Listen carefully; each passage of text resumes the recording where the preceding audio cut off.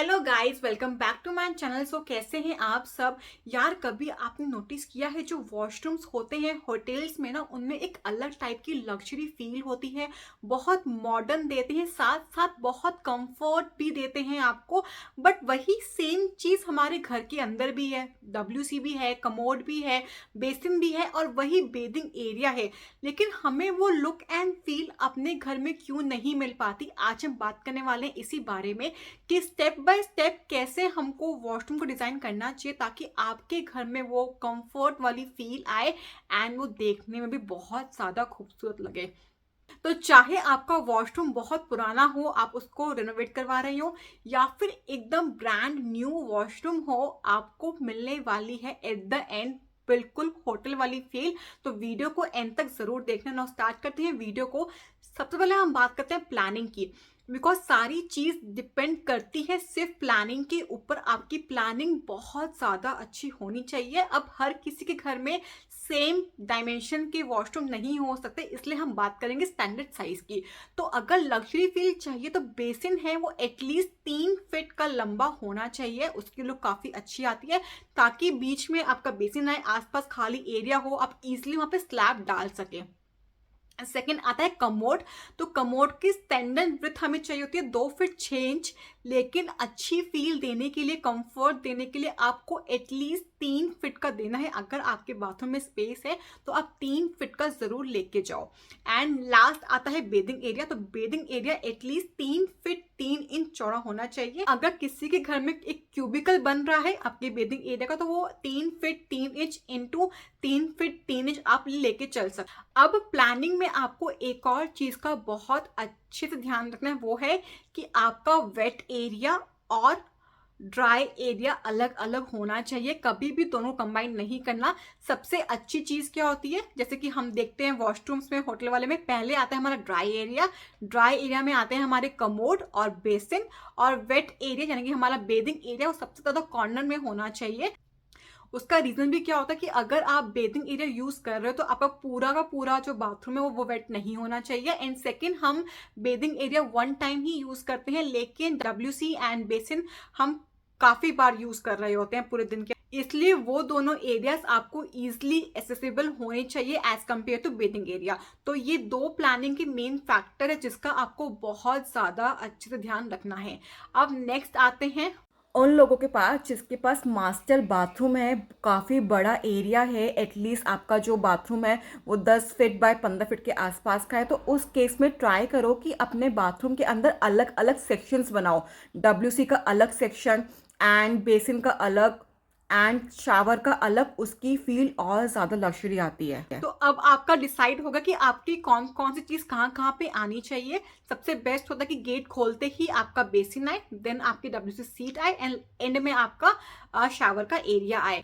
अब बात करते हैं यार, आपको इसको और अच्छा लुक कैसे देना। तो उसके लिए बेस्ट क्या रहता है, अगर आपकी कोई भी वॉल 9 इंची की है, जो लाइक 9 इंची की वॉल या तो होगी आपकी आउटर वॉल, या फिर आपकी जिस वॉल पे कमोड आया हुआ है, कई बार हम लोग सिस्टम को उसके अंदर देने के लिए उस वॉल को भी 9 इंच का कर देते हैं।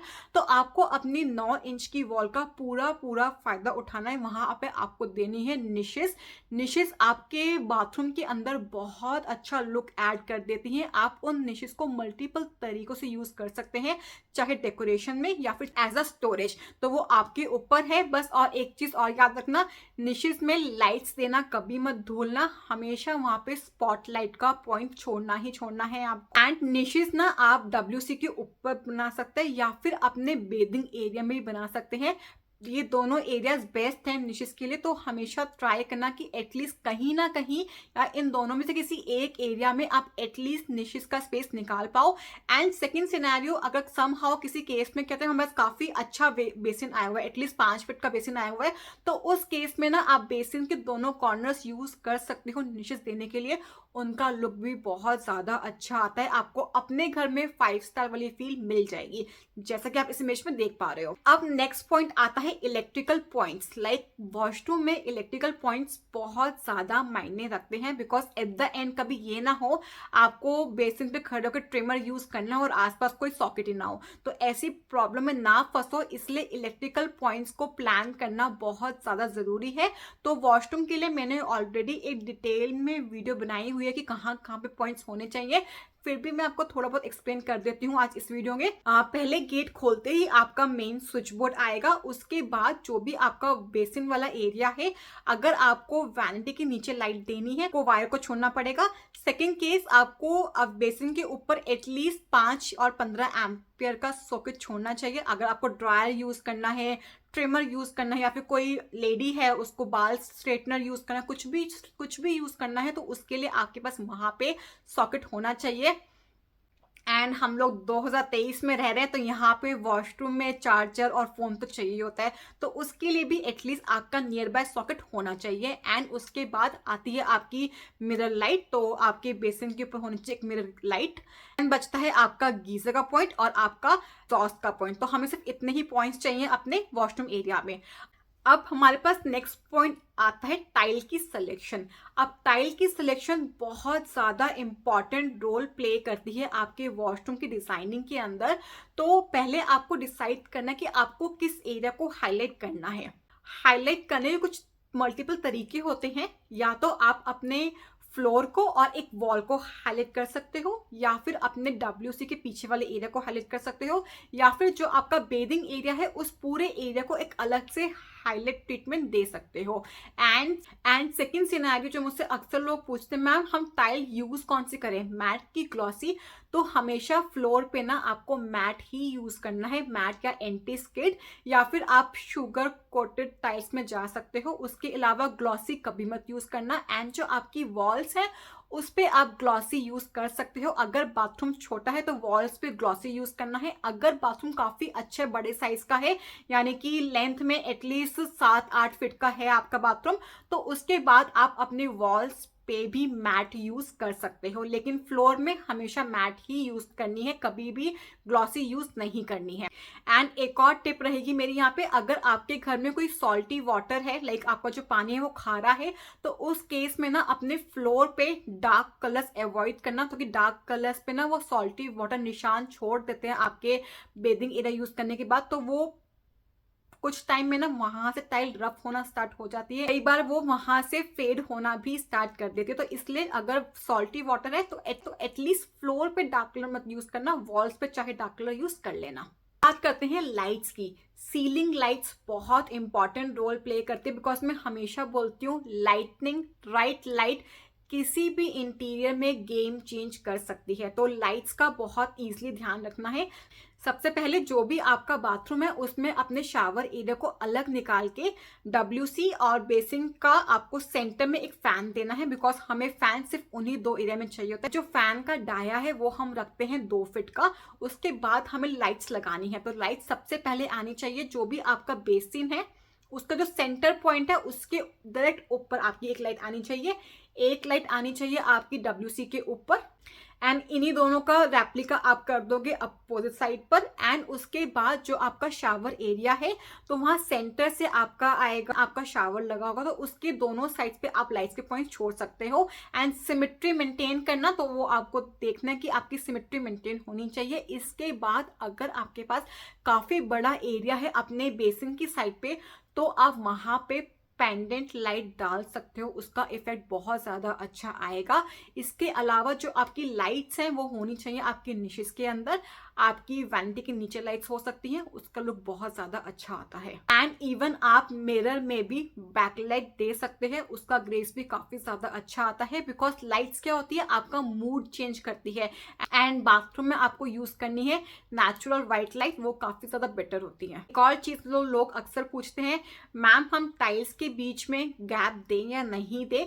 सबसे पहली चीज, फ्लोर पे आपको गैप नहीं देना, आप वॉल पे गैप दे सकते हो। आपका गैप एटलीस्ट 3 से 4 mm का होना चाहिए, तो वही काफी ज्यादा अच्छा लगता है। एंड गैप कभी भी दोनों साइड नहीं देना, हमेशा या तो हॉरिजॉन्टल देना या फिर वर्टिकल देना है, जैसा भी आपने डिजाइन किया उसके अकॉर्डिंग। लेकिन प्रेफर कि आप जो ग्रूव है वो अपना दो हमेशा हॉरिजॉन्टल की साइड पे। एंड टाइल के लिए जो बेस्ट साइज होता है, फ्लोर पे आपको यूज करना है 2x2, लेकिन जो आपकी वॉल्स हैं वहां पे प्रेफर करो कि थोड़ा सा बड़ा साइज यूज करो। आप 32x64 यूज कर सकते हो, काफी अच्छा साइज है। अगर आपके पास लेबर काफी अच्छी है तो आप 4x8 में भी जा सकते हो, बिकॉज मेरा मानना है जितने ग्रूव्स कम दिखेंगे आपकी जो लुक है वो उतनी ज्यादा इन्हांस होती है, आपको वो मार्बल वाली फील मिल सकती है अगर नंबर ऑफ ग्रूव्स कम हुए तो। एंड उसके बाद टाइल्स को हमेशा आपको लगाना है केमिकल के साथ।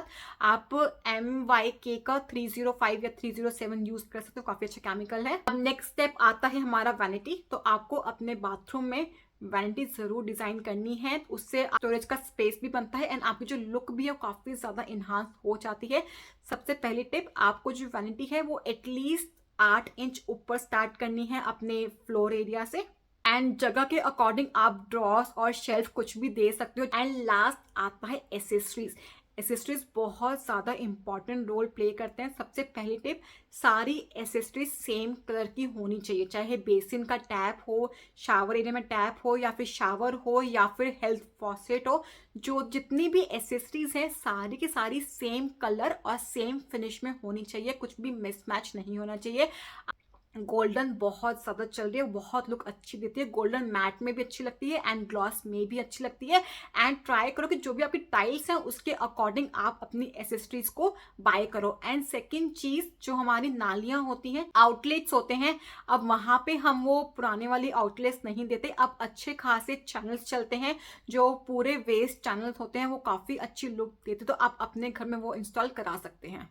एंड बेसिन के काउंटर पे आप कोई भी कंट्रास्टिंग ग्रेनाइट यूज कर सकते हो। एंड ट्राई करो जो आपकी विंडो है, विंडो या तो यूपीवीसी की हो, एंड जो विंडो के कॉर्नर्स है वहां पे भी आपने ग्रेनाइट का यूज किया हो, उसकी लुक एंड फिनिश काफी ज्यादा हाई एंड आती है। एंड शावर एरिया को सेपरेट करने के लिए आपको जो बन्नी देनी है, उस बन्नी के ऊपर भी सेम ग्रेनाइट होगा। तो आपका जो ग्रेनाइट है वो 3 जगह लगाते हैं हम, काउंटर टॉप पे, आपका बनी एरिया और आपके विंडो के आसपास। एंड अगर आपका जो कमोड है वो 4 फीट की हाइट पर है, मींस कि अगर आपने लेच वॉल बनाया है तो उसके ऊपर भी वो सेम ग्रेनाइट आपको लगाना है। लास्टली, अपने शावर एरिया को सेपरेट करने के लिए आपको हमेशा वहां पे ग्लास डोर देना है। एंड ग्लास डोर अब बहुत सारे डिजाइन्स में आ रहे हैं, सबसे बेस्ट है कि आप स्लिम प्रोफाइल में दे सकते हो, उसकी लुक बहुत ज्यादा अच्छी आती है एंड काफी ज्यादा अच्छे लगते हैं। एंड टाइल चूज करते हुए आपको ध्यान रखना कि आपको किस थीम पे अपना बाथरूम चाहिए, कॉन्टेम्प्रेरी या मॉडर्न। इस पे मैंने अलग से एक वीडियो बनाई हुई है, आप जाके वो चेकआउट कर सकते हैं। So guys, that's all for the video. I hope do like it. If you do so तो चैनल को लाइक, शेयर एंड सब्सक्राइब जरूर करना। Thank you guys for watching.